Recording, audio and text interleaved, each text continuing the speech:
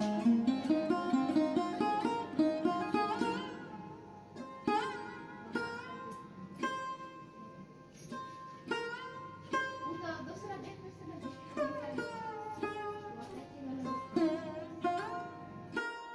বন্ধুরা, আবার এসে গেছি আর একটা নতুন রেসিপি নিয়ে।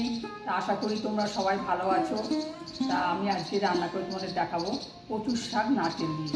সেটা কীভাবে করে, কীভাবে কচু শাকটা কাটতে হয় তোমাদের আমি দেখাবো।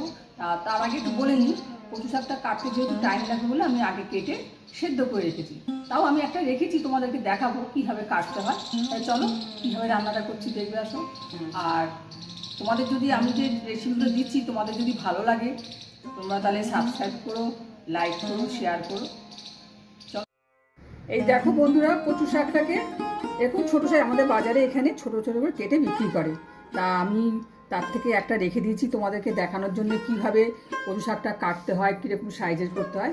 আমি ওটা কেটে আগে সেদ্ধ করে নিয়েছি, তবে এটা আমি তোমাদের দেখাচ্ছি কীভাবে ছাড়াতে হয়, কীভাবে কেটে সাইজ করতে হয় আমি তোমাদের আবার দেখিয়ে দিচ্ছি। এই যে দেখছো, ঠিক এইভাবে কচু শাকটা এরকম করে ছাড়িয়ে নিতে হয়। খুব কঠিন নয়, খুব তাড়াতাড়ি হয়ে যায়, রান্নাটাও খুব তাড়াতাড়ি হয়ে যায়। আর সাইজটা জাস্ট মিডিয়াম একটু এরকম সাইজে করে কাটলেই হয়ে যাবে। এই যে দেখছো, এই সাইজের করে কেটে নিয়ে প্রেসার কুকারে নুন হলুদ দিয়ে সেদ্ধ করে। যে আমি এটা প্রেসার কুকারে কচু শাকটা নুন হলুদ দিয়ে সেদ্ধ করে রেখেছি। তাই এটা রান্না করতে কী কী উপকরণ লাগবে সেটা দেখে নাও একবার। এই কচু শাকটা আমি নুন হলুদে সেদ্ধ করেছি, তার জন্য লাগবে কাঁচা লঙ্কা, তারপরে নারকেল কোড়া, সর্ষের তেল দিয়ে রান্না করব। আর এই যে আছে কালো জিরে, হলুদ, নুন, চিনি, ঘি। তা এই তরকারিটা তোমার হবে একটু মিষ্টি মিষ্টি ঝাল ঝাল হবে। ঠিক আছে, তাহলে চলো আমি রান্নাটা তাহলে বসাই। গ্যাসটাও অন করে, গ্যাস আমি অন করে কড়াই বসিয়ে দিয়েছি। এবার আমি কড়াইয়ে সর্ষের তেল দেবো।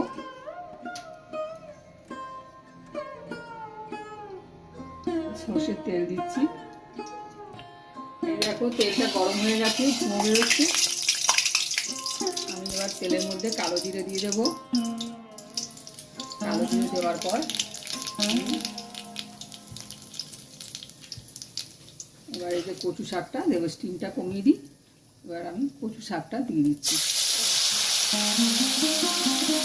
কচু শাক যে সেদ্ধ করে রেখেছিলাম সেই সেদ্ধ কচু শাকটা আমি এবার দিয়ে দিলাম। এবার কচু শাকের মধ্যে আমি কাঁচা লঙ্কা দেবো। এতে কোনো বেশি মশলা নয়, খালি কালো জিরে কাঁচা লঙ্কা দিয়ে এই রান্নাটা করা হয়। ঠিক আছে, আর এটার মধ্যে একটু নুন হলুদ দিয়ে দেবো, ব্যাস তাহলেই এই রান্না।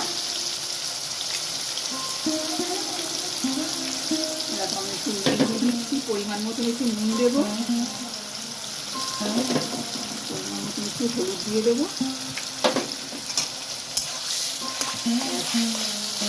এই রান্নাতে একটু ঝাল, তেল, মিষ্টি তিনটেই সমান করে। ঠিক আছে, তোমরা যে যেরকম মিষ্টি খেতে ভালোবাসো, তবে কচু শাকটা একটু মিষ্টি মিষ্টি হলেই ভালো হয়। তোমরা সেই করে মিষ্টিটা দেবে। এটাকে কষতে থাকবে, কোনো ঢাকা দিতে হবে না, কিচ্ছু না, কারণ যেহেতু সেদ্ধ হয়ে গেছে তো আর কিচ্ছু করার দরকার নেই।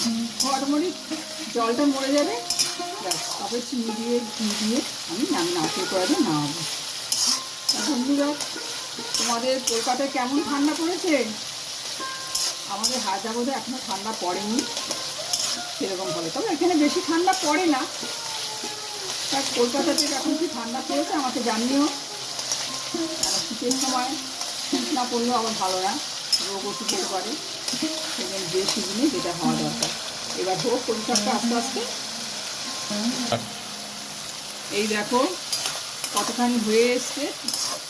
কচু শাকের জল থাকে তো, সেই জন্য এই জলটা শুকোতে একটু টাইম লাগে। 5 মিনিট মতন হয়ে গেছে, আর একটু হবে, 10-15 মিনিটের মধ্যে রান্নাটা হয়ে যাবে। কেননা জল থাকলে অনেক সময় কী হয়, কচু শাকে গলা চুলকায়। আমার এই কচুটা কিন্তু কালো কচু, যেহেতু এই কচুতে গলা চুলকায় না। অনেক সময় সাদা সাদা মতন সবজি কচু শাক পাওয়া যায়, সেই কচুগুলো গলা চুলকায়, কিন্তু এইটা কালো কচু তো গলা চুলকবে না। জাস্ট এটা 5 মিনিট হয়েছে, আরেকটু শুকনো শুকনো হবে, কারণ জলটা টেনে যাবে, শুকনো শুকনো হবে। তারপর আমি নারকেল কোড়াটা দেবো। আরও 5 মিনিট হোক এটা। তোমরা দেখছো যে কড়াইটা অনেকটা তেল দিয়েছি, কিন্তু এইসব জিনিসে কী বলো তো, একটু তেল বেশি না হলে না ভালো লাগে না, টেস্ট আসে না। যে যে তরকারিতে একটু তেল লাগে একটু বেশি দিতে হয়। তবে এখন অনেকে আছে তেল কম খায়, তো কম তেল দিয়েও রান্না করতে পারে, তার জন্যে নয়। তেল, মিষ্টি, নুন, আমি ওই জন্য তেলের পরিমাণটা না বলি না, কার কতটা পরিমাণে কচু শাক, এবার কে কতটা তেল খায়। অনেকে আছে আজকাল শরীর স্বাস্থ্যের জন্য তেল কম খায়, সেই জন্য আমি তেলের পরিমাণটা বলি না। এবার তোমাদের সেটা নিজেদের মতো তেল দিয়ে রান্না করো। আমি খালি রেসিপিটা বলে দিচ্ছি কী কী লাগে। এটা তেল, চিনি আর নুনটা তোমাদের স্বাদ মতন দেবে। আমরা যেমন এই কচু শাকে মিষ্টি মিষ্টি করি বলে একটু চিনিটা বেশি দিই। অনেকে আছে ডায়াবেটিস পেশেন্ট যারা থাকে তারা একটু মিষ্টি খায় না, তাদের জন্য কম দেবে।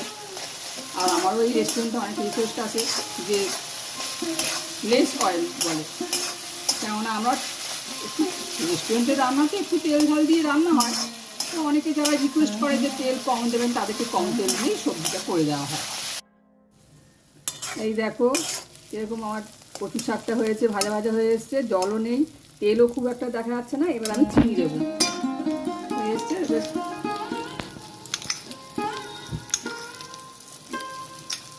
এই 3 চামচ আমি চিনি দিলাম, এটা একটু মিষ্টি মিষ্টি হবে, চিনিটা দিচ্ছি কেননা আমরা একটু মিষ্টি মিষ্টি খাই, আর তাছাড়া এটা একটু মিষ্টি লাগে। আমি 3.5 চামচ মতন চিনি দিলাম। তোমরা এবার মিষ্টিটা তোমাদের পরিমাণ মতন দেবে। আর এবারে দেবো আমি নারকেল, চিনিটা দিয়ে দিয়েছি, এবার আমি নারকেল দেবো। দেখো নারকেল দিয়েছি, দেখো আর তেল দেখা যাচ্ছে, সব টেনে নিয়েছি। প্রথমে এরকম লাগে মনে অনেক তেল, তারপর পুরো টেনে নেবে।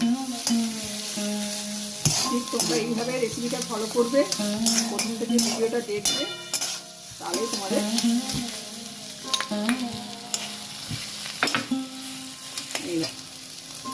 নারকেল দেওয়া হয়ে গেছে। আমি এবার একটু উপরে ঘি ছড়িয়ে দেবো, বেশি না অল্প একটু ঘি দেবো। ঘি দিয়ে নেড়ে আমি গ্যাস এবার অফ করে দিচ্ছি। এই দেখো আমার কচু শাক হয়ে গেছে। আমি কীভাবে রান্না করলাম কচু শাকটা তোমরা সবাই দেখেছো। ভিডিওটা ফলো করবে প্রথম থেকে লাস্ট অবধি, খেতে খুবই ভালো লাগবে। যারা খাওনি কোনোদিন তাদেরও ভালো লাগবে কচু শাকটা। নারকেল কোড়ান দিয়ে দেবো।